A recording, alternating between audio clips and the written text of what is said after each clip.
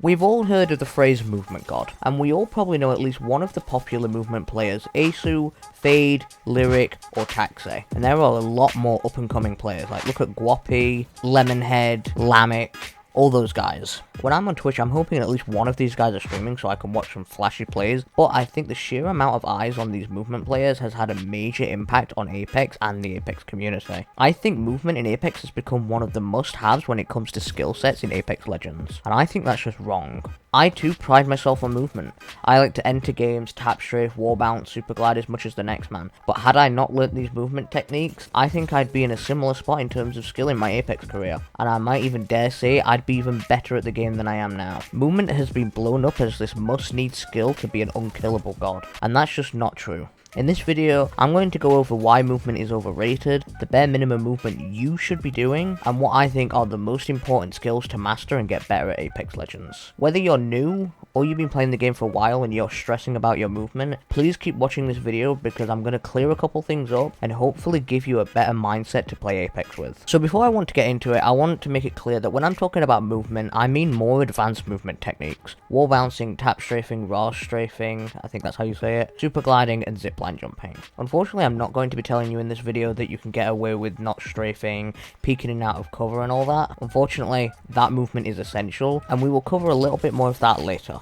Apex has always been known for its movement, its clean, smooth feel. A lot of other games tend to feel quite rigid, but Apex just feels like it flows perfectly. But the movement aspect of Apex in the last maybe 2 years has just been taken to the next level. All the different techniques that I've mentioned before are almost expected from most players that have put in a few hours into the game. There is now an expectation that if you want to be good at the game, you need good movement, and that's not true. To put it simply, movement is overrated. I have used some of these movement techniques for years. Since they became popular, I was right there in the firing range learning them. While they come in handy, I get the odd nice clip and sometimes throw off my enemy with my movement, but that's it. I don't consider myself a movement player, just that I have good movement. And from someone who first-hand uses these movement techniques, they are overrated. It isn't the gateway to becoming a god at Apex like I initially thought it was. If anything, they get you killed. I think I get killed more because I attempt wall bounces, super glides, all that, more than if I just didn't do them.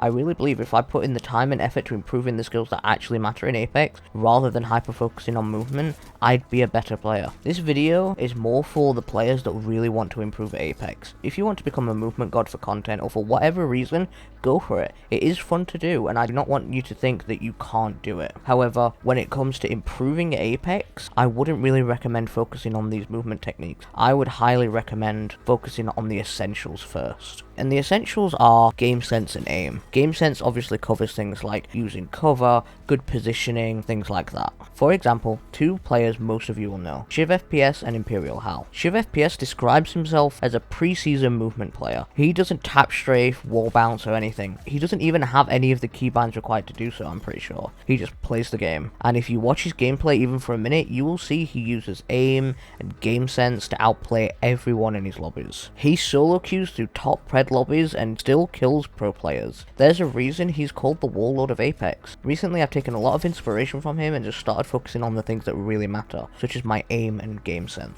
And game sense being positioning, the right time to and not to push, loot, run, and when it comes to any decision making in Apex, that's what game sense is. I fought Shiv FPS in pubs before and he feels more deadly than any of the good movement players I've fought over the years. And let's also not forget Imperial Hal. He too isn't known for movement. He's known for his smart plays and mechanical skill. Every input he puts into Apex Legends is with a purpose. His movement is very cut and dry, simple and effective, and we all love watching it. And even look at controller players. They are very restricted in terms of movement, but they make it work. Even against some of the most skilled mouse and keyboard players, they still dominate. That's gotta show you how movement isn't actually that big of a deal. So take away from these two players and me that if you want to improve at Apex Legends, work on your aim. Try aim trainers or just get in the game and let the magic of time improve it for you as you play more and more. And work on your game sense. Get in the game, get fighting. I wouldn't recommend hot dropping in super populated areas because you will just lose to RNG. I would recommend hot dropping with 1 or 2 teams, or land outside the hot drop to third party the fights. That's the best way to improve your game sense. That way you actually get into fights but you don't die off drop 30 times before actually getting a good game. Play smart but aggressive. If you want a more in-depth guide on improving your game sense in Apex Legends, let me know in the comments below because I'm more than happy to make that video. Right now I'm sort of just going over a couple things that are more important than movement, but I'm not going too in-depth with it, so if you want a full video, please let me know. But seriously, don't feel that you have to have all these movement techniques down to be a good player. These movement techniques are good to help players run away, but when it comes to actually fighting, especially at a high level, movement isn't important. Aim, positioning, rotations, etc. are what matter. Watch any movement god when they play pred ranked or scrims. They will not do half the amount of crazy movement as they did in pubs. So if you feel your movement sucks, it's okay. As long as you can strafe in gunfights, that's really the only movement that matters. If you want to be a movement god, or you feel like you have game sense and aim down, and you want to try learning more movement techniques, go for it. Don't rely on them, but go for it. This video isn't trying to undermine all the Apex movement players at all. I just know there are players out there, like me, that are obsessing over movement when they could be using that time to really benefit them, improving on stuff that really matters. I hope this video helps ease some of your guys' minds. If I was looking at movement videos on YouTube a year ago, this is exactly the type of video I would have needed because I know firsthand I over-exaggerated the importance of learning movement techs. I stressed out about not only learning them,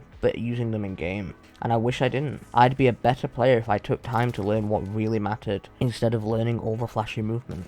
I hope you enjoyed this video. I might do a video soon where I remove all my movement keybinds for a week, and I'll document what happens, how hard it is to adjust, and I'll put it all to the test. Without movement techniques on my mind, will I make better decisions? Will I win more? Will I get more kills, etc.? If this is something you want to see, let me know in the comments below. Thank you guys for watching. Please make sure to subscribe for more, and I'll see you in the next one. Peace out.